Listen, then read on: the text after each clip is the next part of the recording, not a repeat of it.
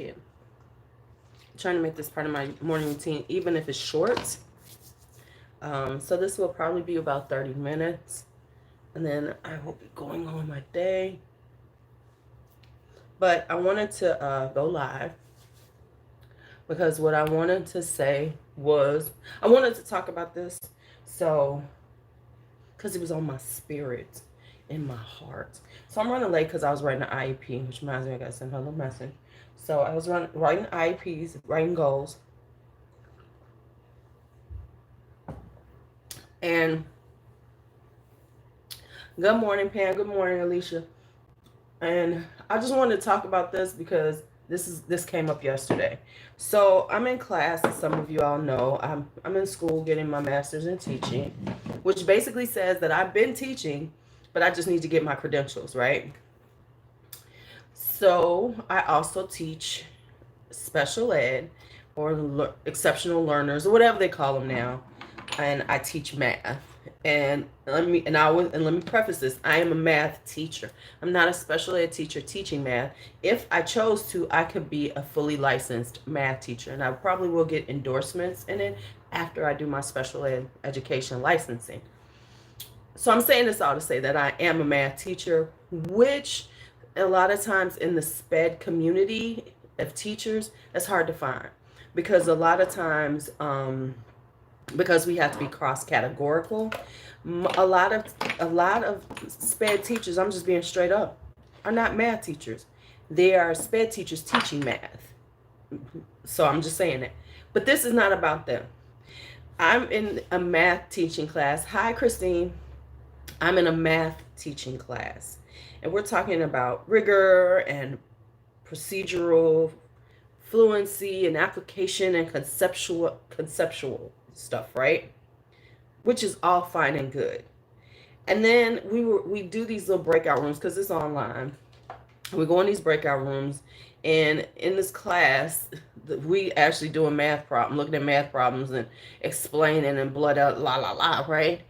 So I'm in this group with some people, and I said, this is all well and good, but I think that we would be better served if we talked about how to fill gaps, how to, teach things that these kids are missing from a foundational standpoint. And everybody in my group agreed. They was like, yes, because this is cute. We trying to solve problems. I can solve a fucking math problem. I can look at this shit, I can solve it, right? Most of the time. Most of us should be able to because this is not just for SPED. This is just math teachers. So I'm in there because I do teach math. And so, because that's my subject matter, so everybody in this class is teaching math. Most of them gen ed. So this lady who's in my group was talking about, she's a 6th grade teacher. She was talking about teaching math. She was like, yes. She was like, because, hi, child. She was like saying because, and I don't know where she teaches, because we're East Coast and the Midwest in this particular class. So it's not like this is somebody necessarily from Chicago. This is just somebody who was in there. And she was saying that, she's been frustrated because these kids don't know how to, in 6th grade, know how to divide numbers. They don't know how to really multiply or whatever. And so she said she went to her lead, and I think she's a 1st-year teacher, if I'm not mistaken. I don't know. But anyway, she said, give them calculators. Since they don't have their foundational. Hi, Crystal. They don't have foundational skills really well. Give them the use of calculators. And I'm saying this because when I do things like when I write goals and everything, and I see old goals, and I'm dealing with freshmen, first thing it says, use of calculators. Give them a calculator. So I just want y'all to understand that this is the norm in our schools. And I want you to understand that y'all gotta, as parents, y'all gotta step up. And the reason why I say y'all gotta step up is because teachers are mandated to get through so much work. We have standards that we're supposed to be getting through. We have priority standards. We have a whole list of shit that we're supposed to get them through. I have the luxury of not having to push as fast. Hey, Kelly. I don't have to push as fast because I am a SPED teacher, a special education teacher. Because of that, I have the luxury to sit and work on some things because I don't necessarily have to get them through everything. I can pick and choose what I say. Okay, we gonna work on this because this is what I got time for.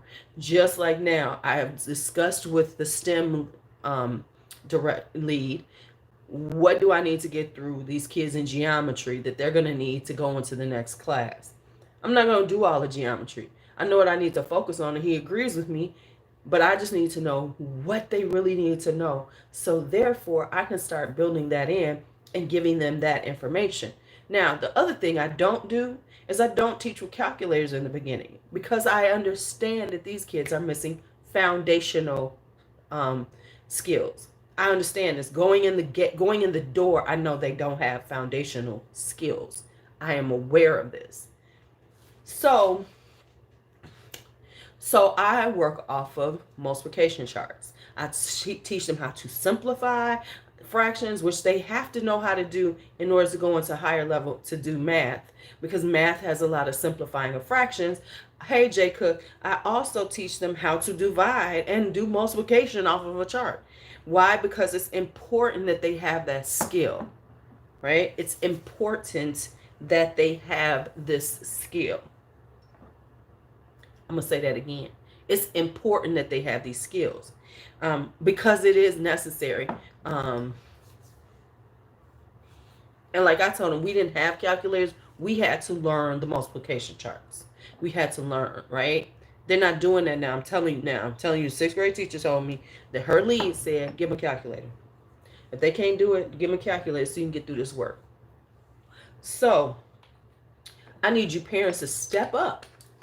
And when I say step up, I mean for real step up, because your children, it's your job also. Hi, Valencia.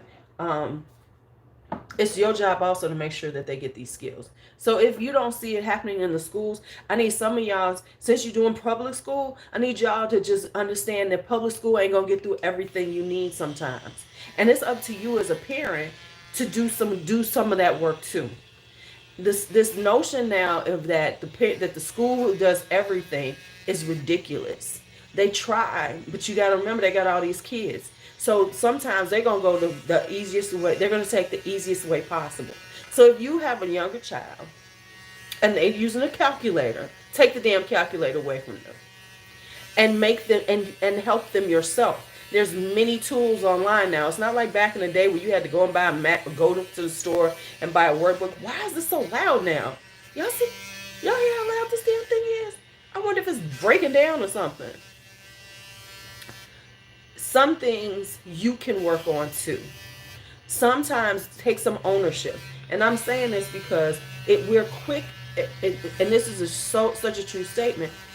As parents, you quick to discount math because you have difficulties in it. Figure it out. Find something. Find a program. There's too many programs out here. Hi, Tammy, that you can find to get the practice your kid needs. It's not like when we were young. It's not like when I was a young parent and I had to go and get a workbook or do it my damn self. Now you have programs that will do it. And let me tell you something. I learned this a long time ago about parents, how they will not spend money on their kids on this. A parent will buy, a lot of parents, not saying all, will go buy their kid $100 gym shoes, but won't pay $20 a month for a program that will help them. When I was first teaching years ago, and I was doing a long-term geometry class, I was teaching geometry.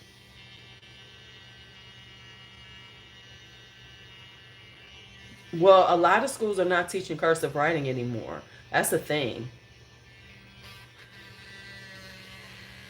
You know, that's a thing. That's a real thing. But there's enough. Good morning, Shannon. There's enough resources out here now that even if you struggle with math, you can find something to teach your child math. You don't have to sit there and let your child not learn math. You really don't. And that's where the issue is coming from, is that parents like, I don't understand it. I don't understand it. So they give up. Well, fine. Then find a resource and pay for it. and get your children strong in math, because that's part of the problems we have in our country, is because we are so weak in science and math, just weak as water in them, and we can't compete. And so people come over here and they taking jobs. Why? Because we can't fucking compete in jobs even in our own country. So it's up to us. So it's up to us as parents. The schools will do the best they can, but be ready to reinforce, to strengthen your own child's, um, right? Be willing to strengthen for your own, have Valencia, your own child's education, right? That's part of being a parent.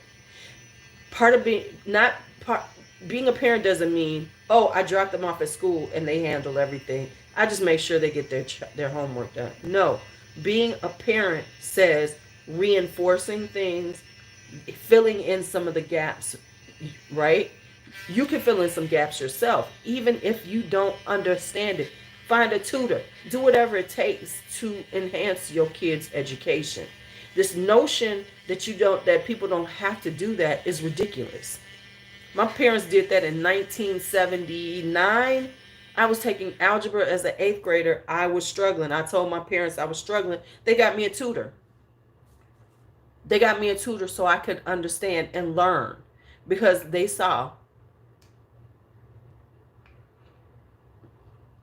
Yeah, there's absolutely no excuse. No excuse. There's so many resources out there. All you got to do is Google it and then find the one that works for you. And they're very inexpensive. They're not asking like they used to ask. I was telling this a parent years ago about one. Hey, D'Angelo, about a source that was like $20 a month. She didn't do it. I was telling parents, because I had learned about it because of a class I was taking. I was like, hey, if you give your kids this, you'll be able to monitor, and they'll give them quizzes, and you'll be able to see how they're doing in math. That way, they get this added support. They get some work. You can see what they're doing. Not one parent used it. Not one parent took advantage of it, because that meant they had to do something. And all it meant was to check the damn thing here and there to see how they actually doing the work you want them to. But that makes sense based on what has happened during the pandemic. Not just the elementary kids, the schools really, Khan Academy is good, but there are better sources than Khan now.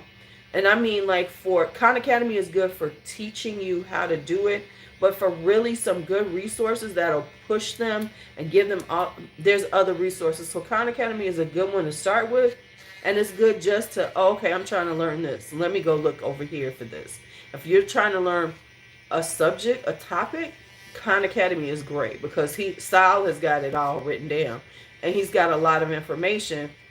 But when it comes down to like interactivity and things like that, you can find stuff that will get them through it.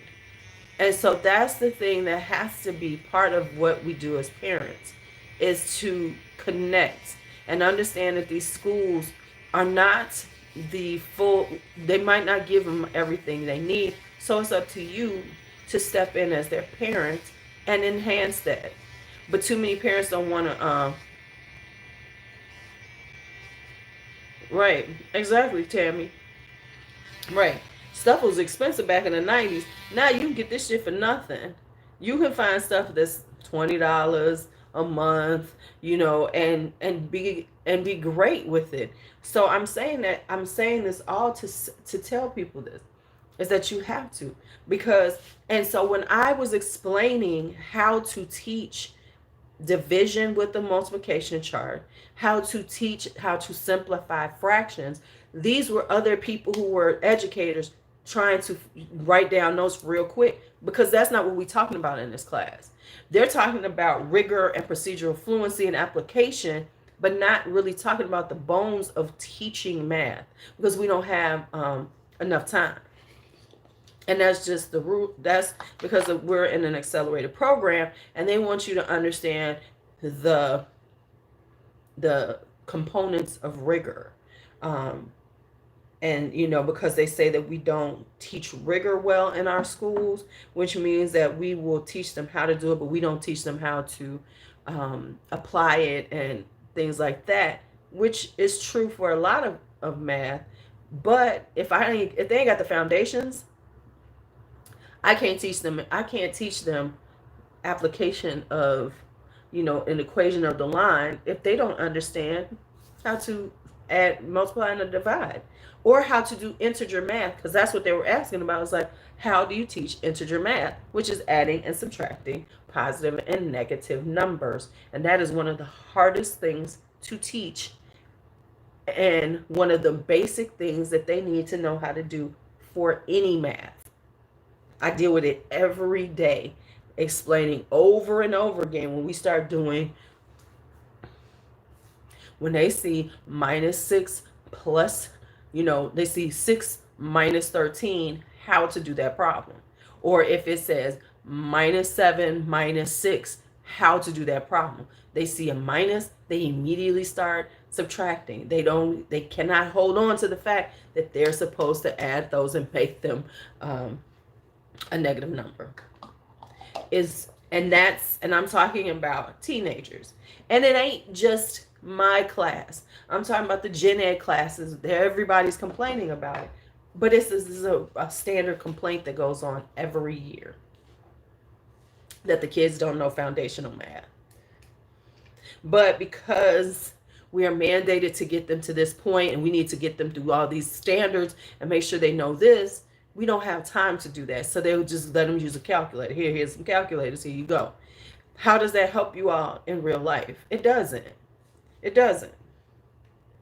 But we live by technology and being able to use it. But what happens when you ain't got the technology? What happens when the technology gives you the wrong answer? Because it does sometimes. That's why you sit in the... That's why McDonald's and all these places give us.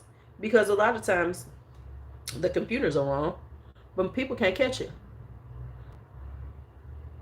And the people who work there certainly ain't going to catch it. Yep. I was like, calculators were so expensive when I was a kid. That was like a luxury. That was like a luxury. You had a calculator?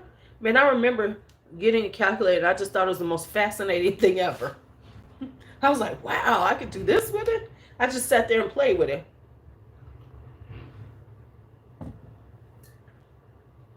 I thought it was like the coolest thing ever.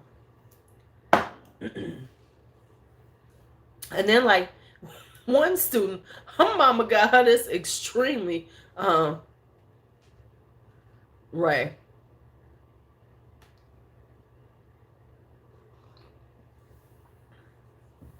No, they can't do no. Faith is here. I didn't see her come in. Oh, there she go. Hey, Faith. See you later. We'll talk in Discord when I got time. So I'm saying, but it was just, it just reinforced what I knew.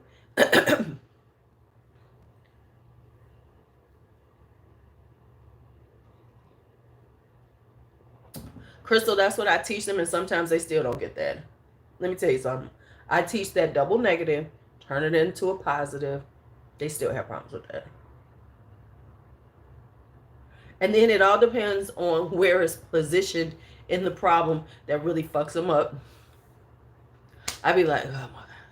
So, I mean, and honestly, my students have said they need more practice in integer math. So now I am going to have to build it in every time I see them.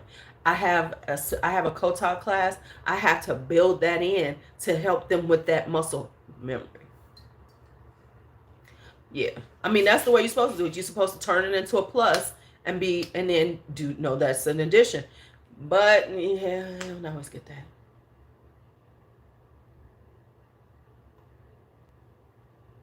that. And then they don't want to do work. Math is too much. That's too much. And suck it up and do your work. You want to graduate high school, you need to graduate this class, pass this class. And you're going to pass with a good grade, because you ain't going to make me look bad. Because in my school, right? But yeah, you can do math in your head, but you need to show some work. Right. No, and I agree. They don't use the brain.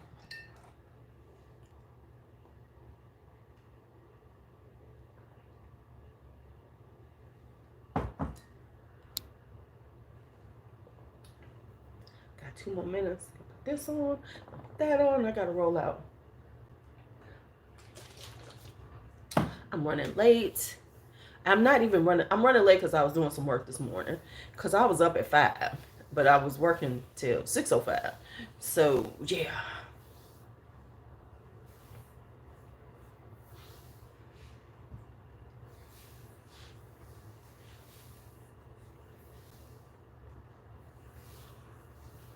So that was that.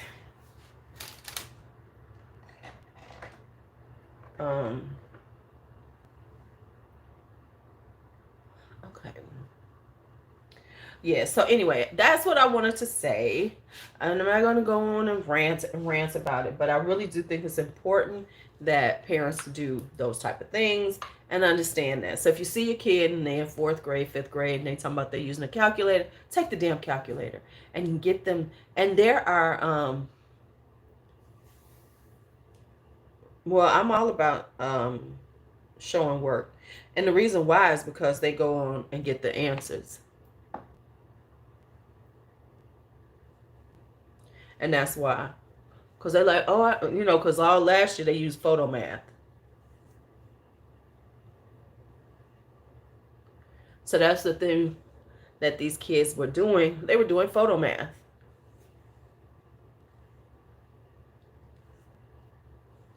They don't know I have a plan for them because they sneaking phones in. Because they're not even supposed to have phones in class.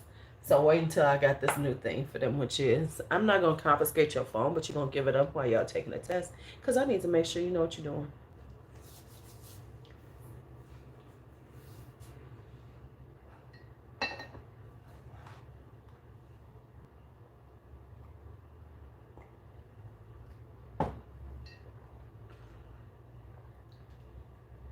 And that's true because kids, honey, adults can't. You put a 40-year-old in the cashier and the cash register don't work, they in trouble too. It ain't just the kids, honey, it's anybody.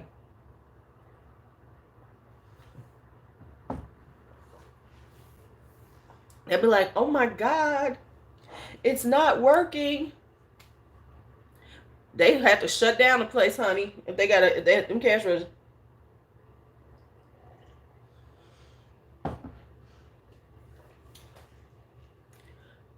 But this is the world we live in, okay? Because it ain't just the young ones, honey. It's the old ones too. They can't do it either.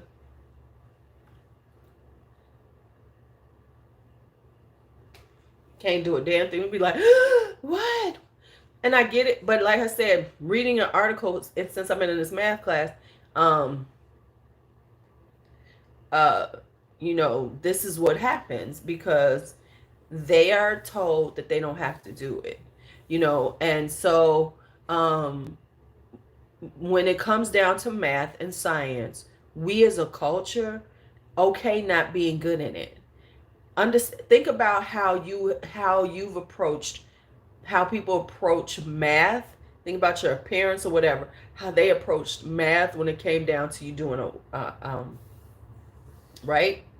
And the reason why is because everybody be like, "Ooh, math, that was hard for me." So they're okay with their kids barely passing because they figure, "Oh, that's just hard. I couldn't even get it." So listen, you passed, you okay. That's the way. That's the mentality of many people in America. Listen, I can't help you, so now I admit they have some stupid ass ways that they tell people to teach math. But I think that it's if I don't listen to them. First off, I don't use none of them new ass ways. I'm not teaching all that bullshit because you always wind up going back to the original way. This whole notion that kids need all the stimulation, you need to make it fun, you need to make it exciting. It ain't fucking exciting. It's math. 2 plus 2 is always going to equal 4, and that's what I'm going to teach you. Even though I'm going to, you know, talk to you about it, I'm still going to make you learn that math, because that's what you're supposed to do. You're supposed to learn that fucking math. And that's what you do. So, and this is how you learn math. No, I don't think, and like for instance, we're told not to give out too many problems. That's a new thing.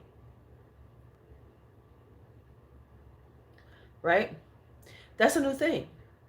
We're not, because it's called drill and kill. Did y'all know that? Yeah, they call it drill and kill. And they say that, you know, you need to activate other parts of the brain. Yeah. If you notice, you only can see it's called drill and kill. They say that giving them all these problems over and over again does not help them learn. Now, I recall doing a whole lot of motherfucking problems, and I because you learn it. Yeah, there is some critical thinking behind some of it, but understand that that's where, and I get it. You know, they do need some conceptual and everything, and they do need to understand and do some critical thinking. But they also need to know how to fucking do the problem. Because then I can, once we know how to do the problem, I can start manipulating and say, okay, now this is how we did this.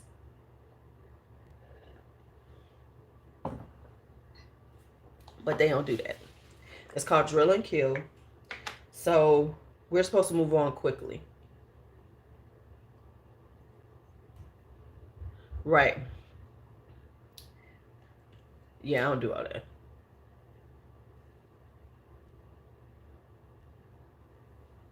Yeah. Yeah, you have to be very mindful of all these things out there.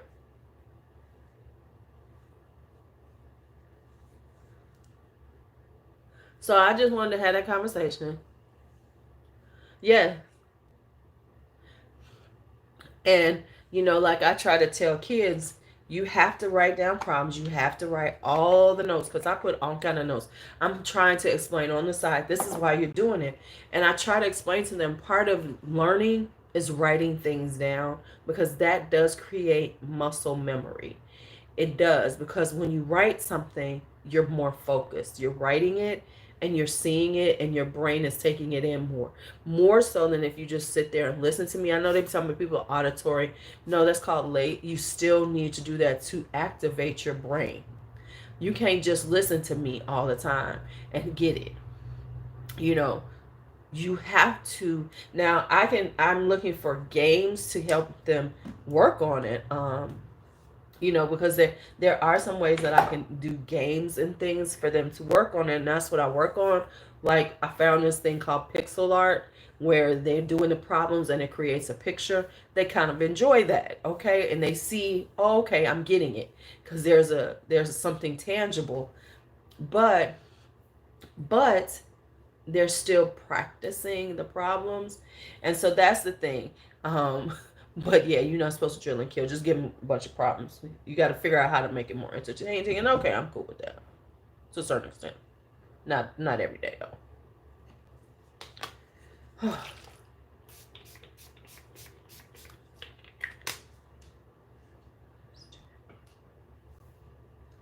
So yeah, right. What year is she, Jay?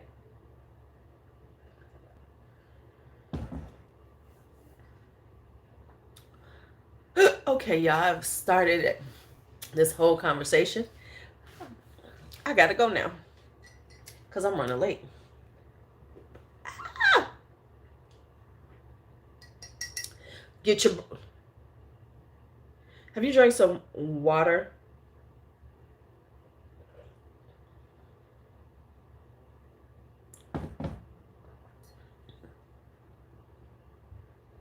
Before I get off of here, have you all drank your water?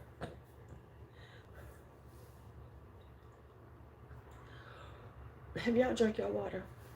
Have you? Have you?